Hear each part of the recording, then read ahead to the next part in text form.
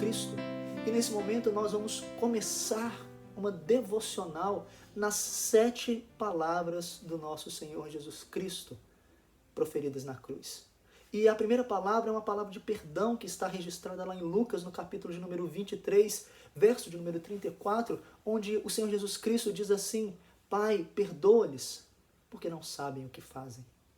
Meus irmãos, a primeira palavra de Cristo Jesus é uma palavra que nos mostra que o ministério dele começou e terminou com oração. O ministério de Cristo Jesus mostra o poder da oração, como nós vemos durante todo o tempo, mas em especial, neste momento, nos mostra que quando os pés e as mãos de Cristo Jesus estavam atados, estavam presos àquela cruz, ele continuava agindo através da oração. Em dias como os nossos, onde o nosso ministério presencial como igreja está tão diminuído, nós continuamos através do ministério da oração, principalmente. É lógico que há outras atividades que nós temos feito, mas o ministério da oração está mais vivo do que nunca. Agora, quando nós olhamos para essa palavra de Cristo Jesus, não é uma oração qualquer. É uma oração de perdão. E é uma oração de perdão para pessoas que, veja só, sabiam aquilo que elas tinham feito, porque elas sabiam que elas haviam trocado Cristo Jesus por Barrabás. Elas sabiam que Cristo Jesus morreria naquela cruz. Agora, eles não sabiam o tamanho da odiosidade do pecado delas diante de Deus. Veja, eles deveriam saber. Cristo Jesus fez grandes sinais e milagres. Cristo Jesus ensinou o evangelho do reino como ninguém mais ensinou e nem poderia ensinar. Cristo Jesus mostrou como toda a Bíblia, como todas as escrituras do Antigo Testamento apontavam para ele. Aquelas pessoas deveriam saber, mas elas não souberam. E Cristo Jesus ora por aqueles que eram seus e que não o receberam.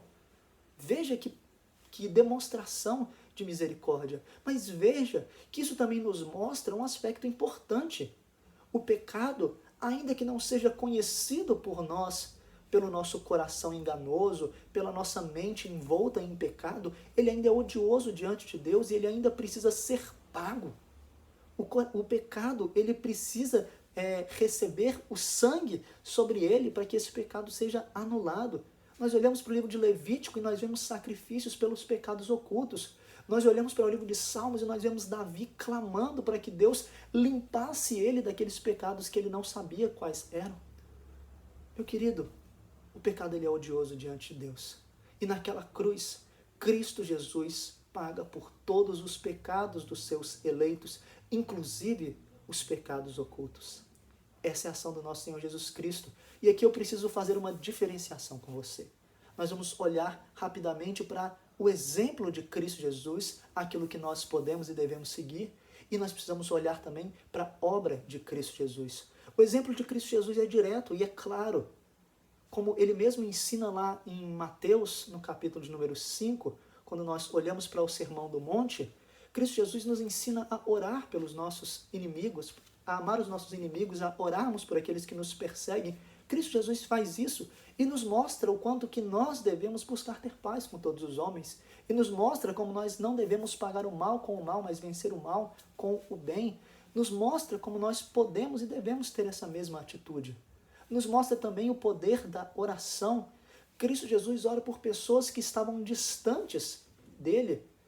E se nós formos parar para pensar, nós jamais imaginaríamos que as pessoas que crucificaram Cristo Jesus poderiam se arrepender depois daquela maneira. Isso nos chama a atenção para o fato que nós devemos continuar a orar, às vezes por pessoas que nós oramos há tanto tempo e olhamos e falamos, está tão distante, parece que nunca nada vai mudar. Deus tem o poder de mudar. E veja, nós olhamos para a oração de Cristo Jesus e percebemos que ela foi atendida. Se você olhar lá para Atos, no capítulo de número 3, no verso número 17, você vai ver que Pedro, ao discursar, fala para aquelas pessoas que mataram o autor da vida que os pecados dela do tempo da ignorância não seriam contados. Eles deveriam ir a Cristo Jesus e clamar pela sua salvação, e clamar por um perdão, e eles seriam atendidos. E naquele dia o Espírito Santo transformou 3.000 vidas e continuou a fazer uma obra maravilhosa em Jerusalém. Agora, este é o exemplo de Cristo Jesus. Só que o cristianismo não é simplesmente a sua capacidade de cumprir o exemplo de Cristo Jesus. Se o cristianismo assim o fosse, nós estaríamos presos ao legalismo, estaríamos perdidos.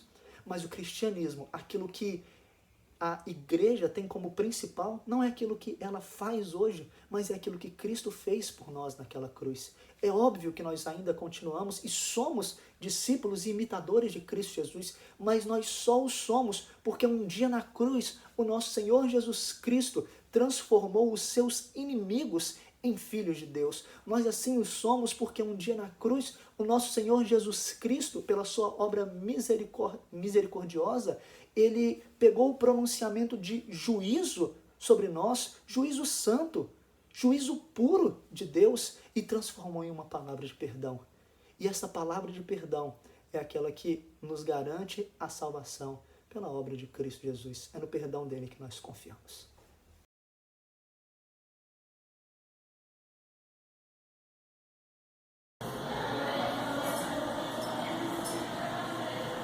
Graça e paz. Eu sou o reverendo Cornélio, pastor da Igreja Presbiteriana em Flechal 2.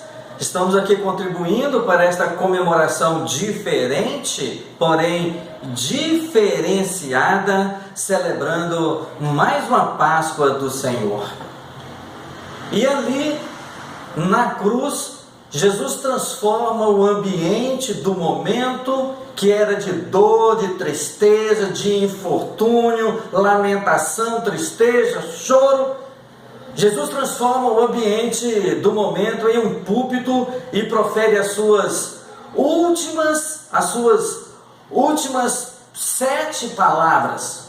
Discursos que impactam o mundo e os corações das pessoas em todo o tempo.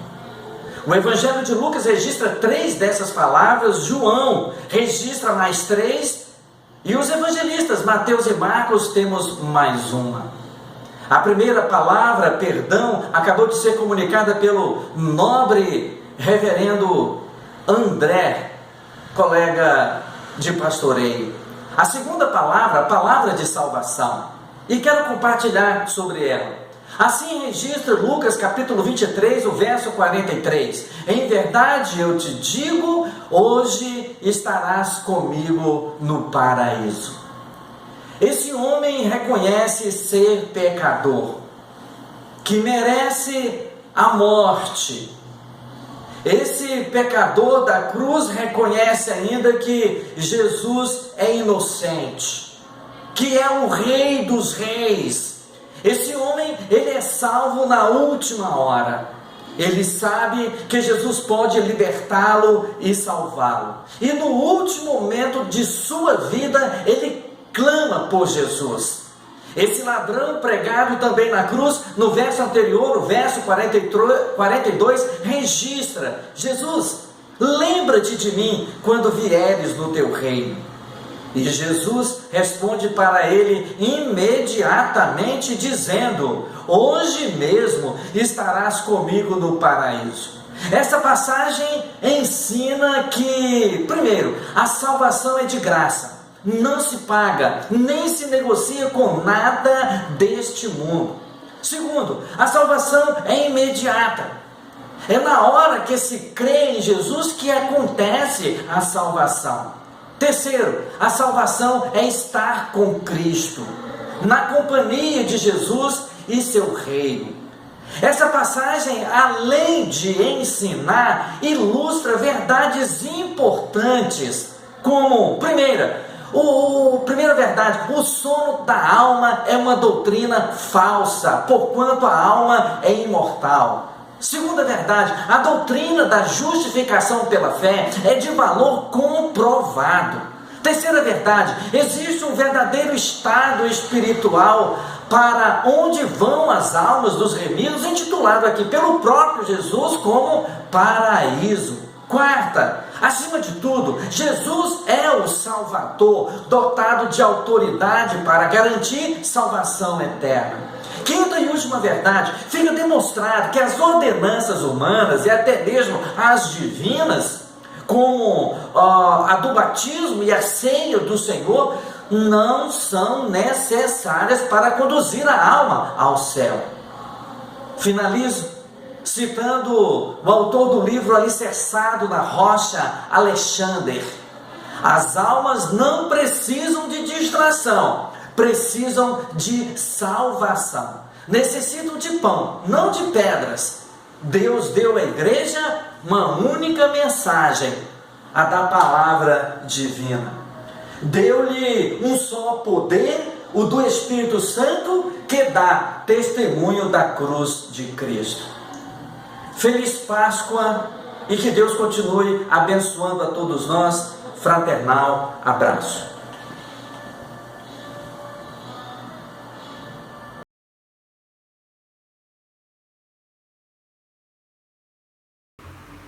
Meus irmãos, após pronunciar uma palavra ao lado de 2 ladrões, que hoje mesmo estaria no paraíso, olhou para baixo e viu Maria, sua mãe, e João, discípulo amado. E disse conforme a palavra de Deus nos registra lá em João 19, 26, 27. Mulher, eis aí o teu filho. Depois disse ao discípulo, eis aí tua mãe. Essas palavras de Jesus na cruz revelam que vida cristã não é somente a igreja, ler a Bíblia, fazer oração e fazer trabalho missionário. Vida cristã é também o cumprimento fiel dos deveres desta vida com a nossa família e com a sociedade. Jesus Cristo cumpriu seu papel de filho deste mundo. Ele não foi embora sem assegurar o futuro de sua mãe. Ele não morreu sem antes ter a certeza de que alguém iria substituí-lo na sua responsabilidade de filho. O texto bíblico diz que perto da cruz estavam sua mãe e João, o discípulo que ele amava. É interessante notar que as duas únicas pessoas mencionadas por nome na Bíblia que acompanharam Jesus até o fim foram sua mãe, uma mulher que viveu uma vida de comunhão extraordinária e maravilhosa com o filho, e João, a quem, sem ter um vínculo familiar, desenvolveu também um companheirismo muito especial com Jesus. Jesus cresceu sob o cuidado protetor de sua mãe. Essa mãe cuidou muito bem de seu filho e deu o melhor que pôde para ele. Ela sabia que seu filho teria um fim triste, pois quando ela o levou ao templo pela primeira vez, Simeão profetizou o seu fim. Imagine agora Maria olhando para Jesus, que estava pendurado numa cruz, junto de 2 ladrões. Todos tinham abandonado o Senhor, seus discípulos tinham ido embora, a multidão zombava dele, os soldados riam de sua situação, os sacerdotes o acusavam, mas a mãe permanecia perto da cruz. Voltemos agora os nossos olhos ao Calvário. Ali perto da cruz estava a mãe de Jesus, do outro lado o discípulo amado, o único que ficou perto de Jesus até o fim. Por que você acha que ele foi o único discípulo que não abandonou seu mestre? Jesus teve 12 discípulos. Os 12 mantiveram comunhão com ele. Só que 11 deles se limitaram a uma comunhão quase formal. Eram bons membros de igreja, viviam vida maravilhosa e obediência, mas era só. Jesus era diferente. Ou melhor dizendo, João era diferente. Ele saiu da mediocridade, da monotonia, da rotina. João não se contentava em apenas ser um bom membro de igreja ou cumprir o mínimo indispensável. João ia além. Ele tentava viver uma experiência pessoal, especial, diferente com o mestre. João queria muito mais do que ser simplesmente um dos membros do colegiado. Por isso saiu da monotonia da comunhão distante, encostou a cabeça no coração de Jesus. E quando as provações chegaram, os 11 bons membros de igreja foram embora. O único que permaneceu fiel até o fim foi o discípulo amado, a quem saiu da rotina da vida. E agora, Jesus olha para João e Maria e diz: João, eis aí tua mãe, Maria, eis aí o teu filho. Quero fechar os olhos com a certeza de que você, João, irá cuidar de minha mãe. Quando Jesus disse para João, eis aí tua mãe, em outras palavras, está dizendo: João, por favor, ocupe meu lugar. eu estou partindo. Faça o que eu teria que fazer. Cuide da minha mãe. Faça as minhas obras. Faça a minha vontade. Ande os meus caminhos. Ande como eu andaria. Faça como eu faria. Viva como eu viveria. Tome o meu lugar. Este é o grande encargo de Jesus para nós hoje. Filho, toma o meu lugar. Fale as minhas palavras. Realize os meus atos. Viva a minha vida. Ele nos deixou uma missão. Cuidar de tanta gente desesperada que vive neste mundo. O cumprimento da missão tem resultados maravilhosos. A morte de Cristo teve um propósito. Da esperança ao desesperado. Dizer a ele que nem tudo está perdido. Hoje é um novo dia para recomeçar. Hoje você pode estender a mão e ser seguro pelo seu braço poderoso. Deus o abençoe.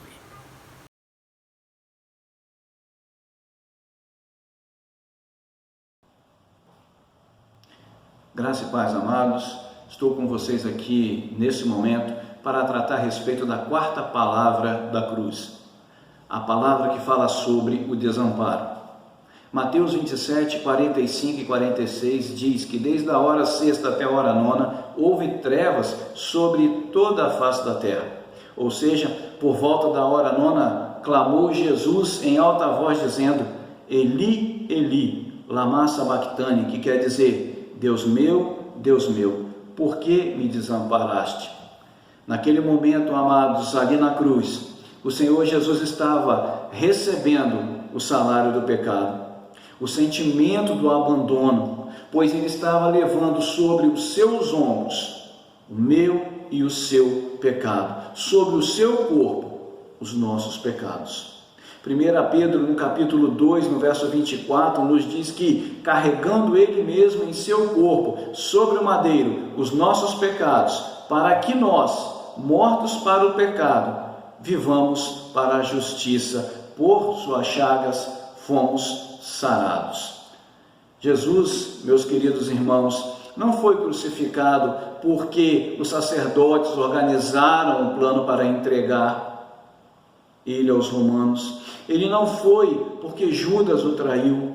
Ele não foi porque Pedro o negou. Ele não foi por conta da covardia de Pilatos. Ele não foi porque os soldados romanos eram mais fortes e assim puderam com força dominá-lo e levá-lo para a cruz.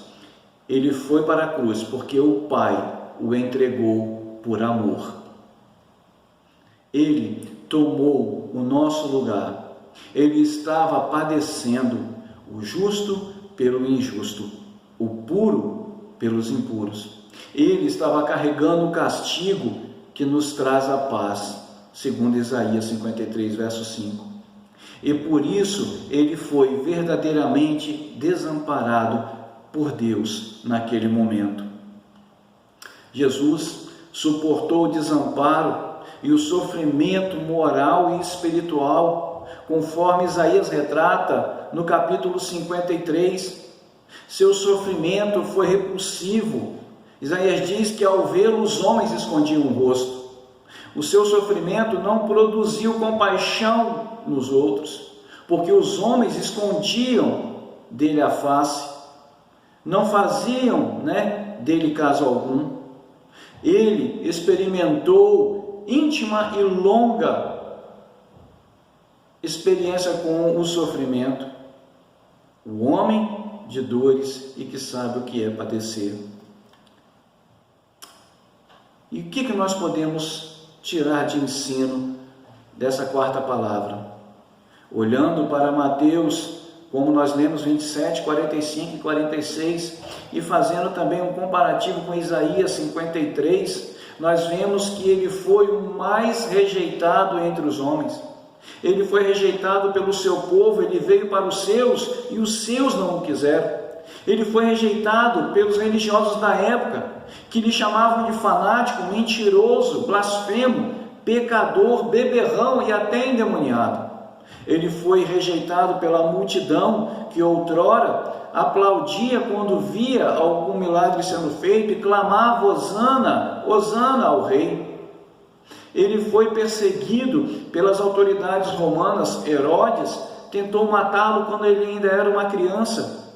Pilatos lava suas mãos e se omite. Herodes Antipas zombou dele quando estava diante da presença de Jesus. Ele foi rejeitado pelas autoridades judaicas, arrumaram testemunhas falsas, acusações de blasfêmia. Ele foi também rejeitado pelos seus apóstolos. Judas o traiu, Pedro o negou. Os outros apóstolos, no momento da prisão, fugiram e o deixaram só. Ele foi, naquele momento, desamparado pelo próprio Pai. Quando Deus lançou sobre ele as nossas iniquidades, ele foi feito pecado por nós. Ele, nesse momento, sentiu o desamparo, a dor, e gritou: Deus meu, por que me desamparaste? E ainda hoje, ele é rejeitado. Quando eu e você amamos mais o pecado, quando eu e você afrontamos o seu espírito, quando eu e você pisamos no sangue que foi derramado lá no madeiro. Pense nisso, medite sobre isso. Obrigado.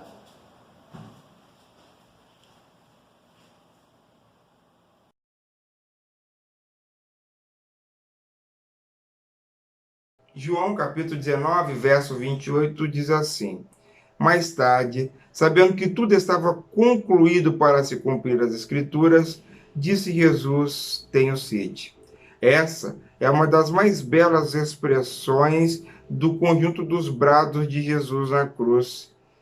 Nessa declaração, de uma forma bem clara e direta, conseguimos perceber a humanidade de Cristo, bem como o estado de humilhação que vivera. A comida, junto da água, são necessidades mais básicas de todos os seres humanos desde a criação. A água deve ter urgência e primazia, pois é insubstituível. O que se assemelha à alma, conforme João capítulo 6, verso 35, nos narra. Porém, nada novo neste cenário. Tanto os profetas quanto as Escrituras já nos advertiu há muito tempo que este dia iria chegar, o que se assemelha, o que pode ser visto no Salmo de número 69. Porém, ao ler esse texto, alguns paradoxos são criados e precisam de resposta. Como Criador do universo, agora se submete a criatura e criação. Por que Jesus Cristo não matou ele mesmo a sua sede? Por que ficou rendido ao poder de Roma? Na verdade, Jesus nem precisava ter sede. É melhor que se declare de antemão que Jesus não estava em crise ou conflito existencial. Ele estava totalmente nas mãos do Pai, cumprindo todas as suas vontades, e no centro delas ele estava. De uma forma bem simples e dinâmica, nós podemos ver que Jesus estava absurdamente calmo e consciente, pois Jesus narra neste mesmo verso: e tendo Jesus, sabendo que tudo estava concluído, para se confirmar as Escrituras, disse: Tenho sede. A sede que estava sentindo era uma sede substitutiva, era a sede da alma, era a sede de Deus, pois naquele momento recebera toda a ira e toda a indignação de Deus por conta dos pecados de todos os eleitos para o qual foi destinado a morrer. Recebendo naquele momento esta dura pena, isso é que se assemelha a de todo o pecador antes de se arrepender. A sede que é satisfeita é quando o pecador vai ao Pai e o Espírito Santo de Deus, então, na nova criação, regenera e traz, então, alívio ao pecador arrependido, conforme Jesus mesmo disse à mulher samaritana. O trecho lido, antes de mais nada, é uma mensagem de esperança. Apesar da cena, Jesus compadeceu-se de todas as nossas fraquezas, inclusive a principal, que é a da alma. Ele já tinha prometido aos seus discípulos que haveria de tomar uma outra bebida na eternidade. Desde então, a sua morte e ressurreição tem cuidado de nós. A sede da alma foi e pode ser satisfeita, pois ele mesmo disse: está feito. Eu sou o alfa e o ômega, o princípio e o fim. A quem tiver sede, darei de beber da água da vida gratuitamente. Se isso fosse pouco, novamente, Apocalipse registra: e o Espírito e a noiva dizem: vem, e todo que ouvir, diga: vem, e quem tiver sede, venha, e quem quiser, beba da água da vida. O chamado à reflexão da sede é para que meditemos sobre a vida eterna, sobre a necessidade do homem de ter a sua alma sendo então preenchida de Deus e sua sede espiritual sendo satisfeita, porque Jesus é a fonte da vida, Jesus é a água da vida, e todo mundo que se aproxima dele tem a alma então satisfeita, tem a sede da presença de Deus satisfeita. Que a reflexão da sede que traga mais perto de Jesus, que a cena de Jesus recebendo toda a ira de Deus te leve a refletir que ele pagou o preço pelo nosso pecado. O salário do pecado foi pago por Cristo. Igualmente, ele tornou-se para nós o único caminho, o bom pastor que nos leva à água de refrigério. Ele mesmo é o que mata a sede da alma. Que Deus o abençoe.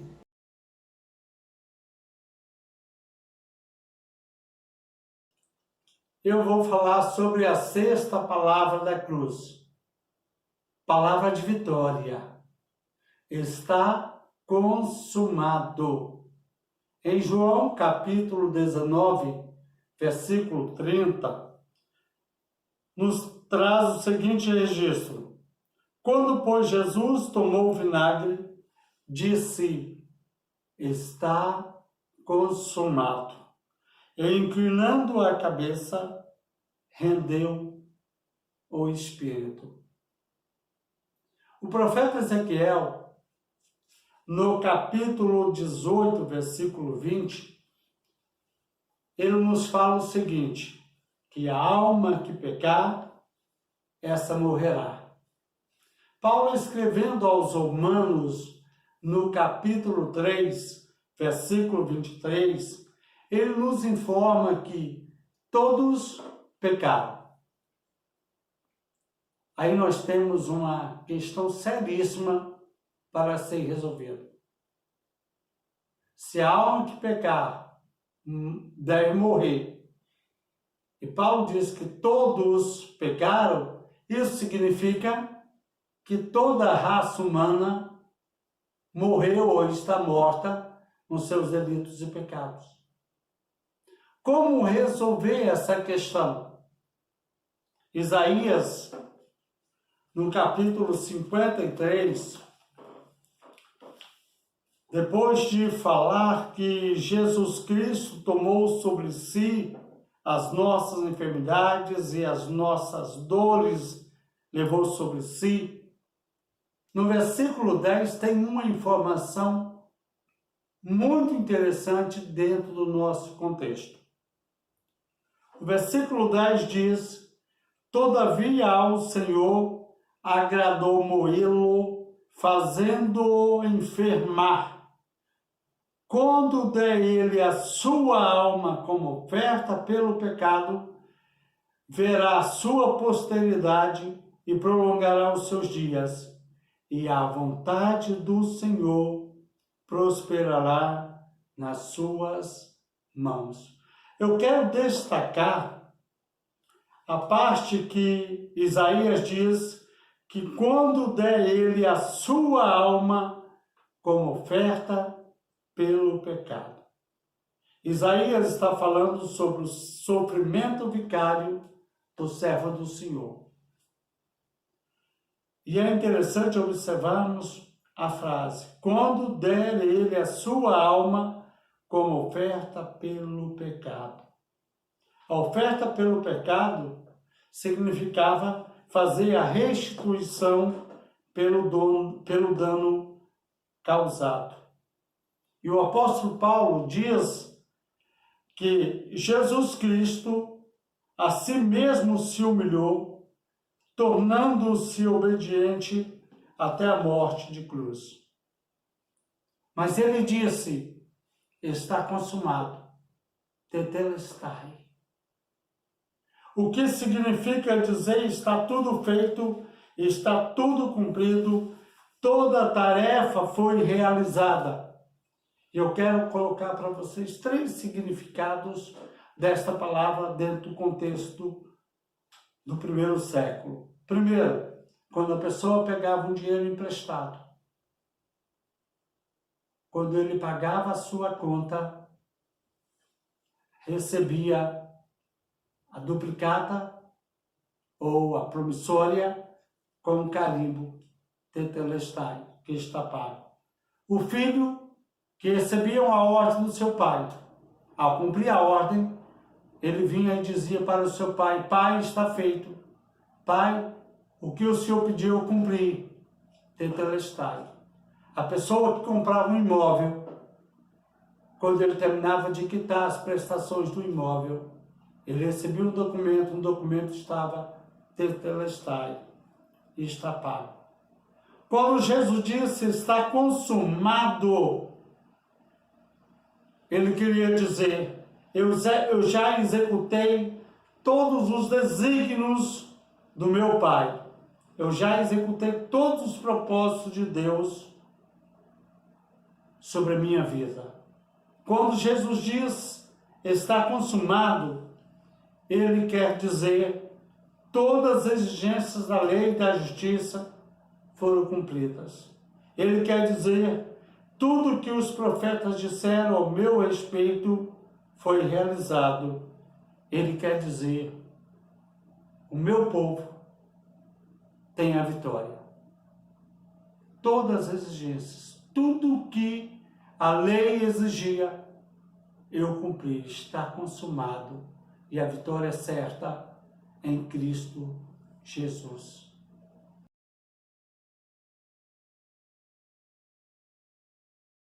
Irmãos, graça e paz, quero deixar a 7ª e a última palavra de Jesus na cruz, registrada em Lucas, no capítulo 23, versículo 46. Então Jesus bradou com voz forte: Pai, em tuas mãos entrego o meu espírito, e havendo dito isto, expirou. Jesus clamou com uma grande voz, ele enviou o seu espírito para o Pai. Sua morte foi consciente, voluntária e vitoriosa. E os que conhecem Jesus como seu Salvador podem viver com esta mesma certeza e esperança. Podemos entregar as nossas vidas nas mãos poderosas do Pai. Jesus morreu com uma oração em seus lábios. Esta oração era em referência ao Salmo 31, versículo 5.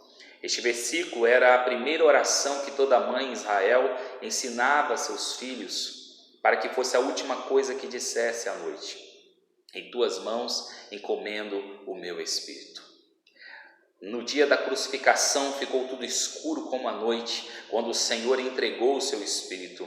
O véu do templo rasgou-se ao meio, de alto a baixo, iluminando um caminho novo com uma luz mais forte do que a luz do dia para todos os homens. Este milagre anunciou aos sacerdotes e ao povo que o acesso à presença de Deus estava aberto para todos que se aproximassem pela fé do Filho de Deus. Os pecadores não precisavam mais de templos, altares, sacrifícios e sacerdotes para se achegarem a Deus, pois todas essas coisas se cumpriram na obra consumada do Filho de Deus.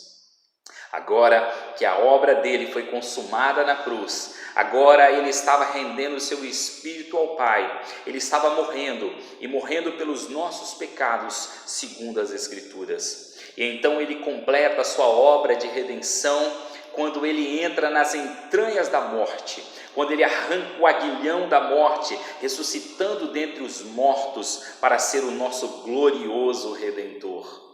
Hoje você pode fazer a melhor decisão da sua vida. Hoje você pode entregar a sua vida ao Senhor. Hoje você pode arrepender-se de seus pecados e pôr a sua confiança em Jesus Cristo e receber a vida eterna. Entregue a sua vida debaixo da poderosa mão de Deus. Deus abençoe. Uma ótima Páscoa.